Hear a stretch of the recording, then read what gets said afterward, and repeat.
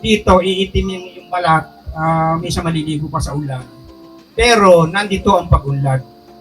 At para sa mga gustong magsimula, pwedeng magsimula sa maliit lang.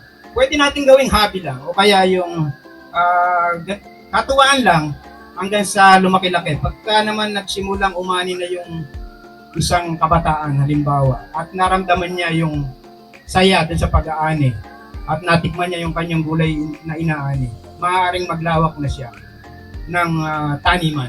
So, yun na yung maaaring magsimula ng kanyang passion doon sa pagsasaka.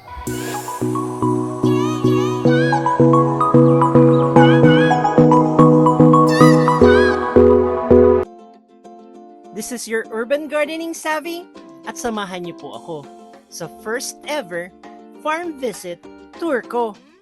Naimbitahan po kasi ako ng East West Seed Philippines sa launching ng kanilang Vegetable Farmers Month dito sa San Rafael, Bulacan. Kaya excited po ako to learn new things from this event, lalong-lalo na mula sa ating mga farmers hero or bida magsasaka na papapasukin tayo sa buhay nila bilang vegetable farmer.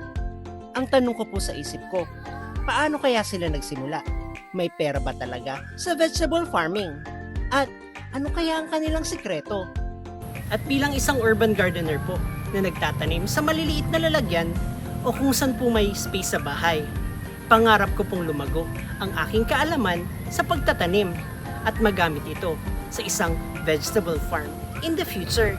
Kaya nga po interesado akong malaman kung paano nag-umpisa ang ating mga bida magsasaka.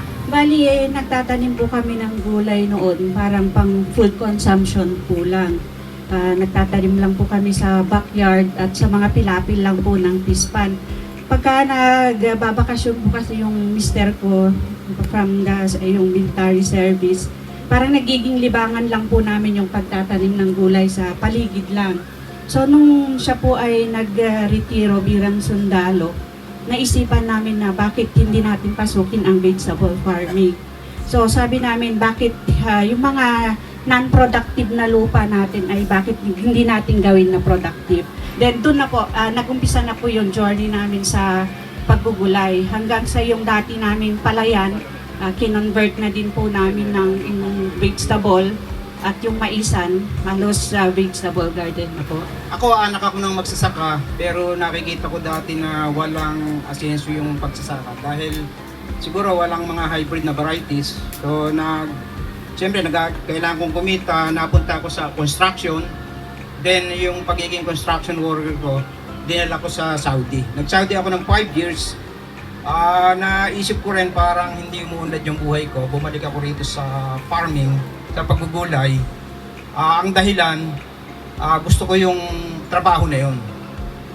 And then later on, nagustuhan ko na dahil unti-unti kumita at magpahanggang sa ngayon talagang nandito na yung puso ko.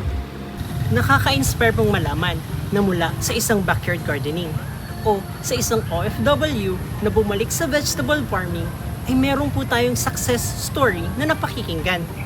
Inspirasyon po yan para sa ating mga kabataan.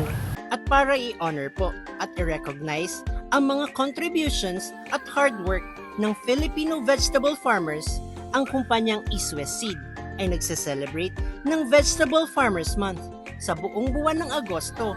Kaya naman sobrang na-impressed po ako sa event na ito. Lalong-lalo na sa Veggie Quick Food Tasting nila, nagawa mismo sa mga pinagmamalaking vegetable varieties ng East West Seed. At ang personal favorite ko po ay ang Legacy Cucumber Juice at saka tong kalabasa ice cream nila.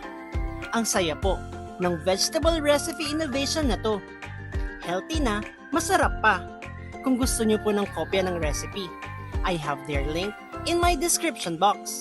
At bilang isang content creator po, I will support anyone na magpro-promote at mag-encourage ng vegetable farming, lalo na po sa ating mga kabataan.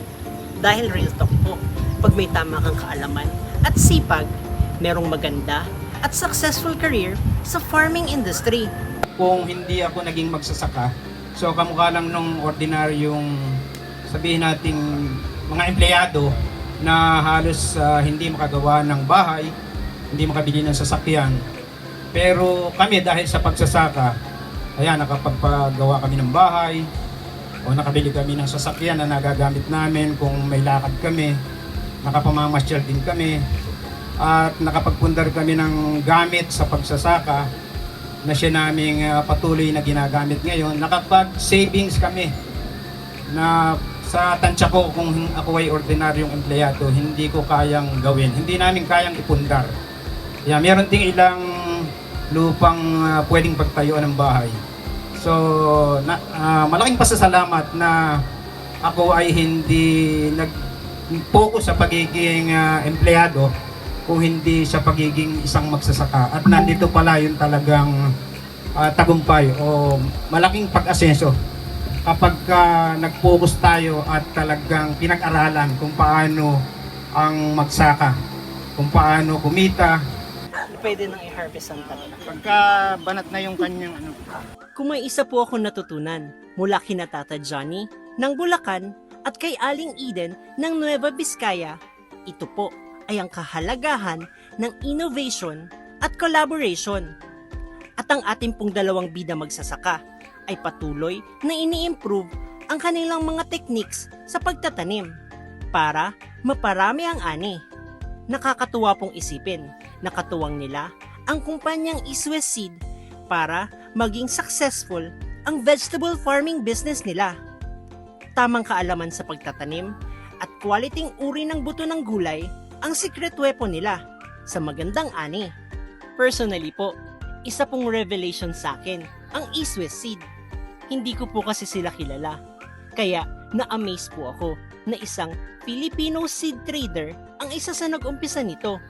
Kasama ang isang taga-Netherland noong 1982.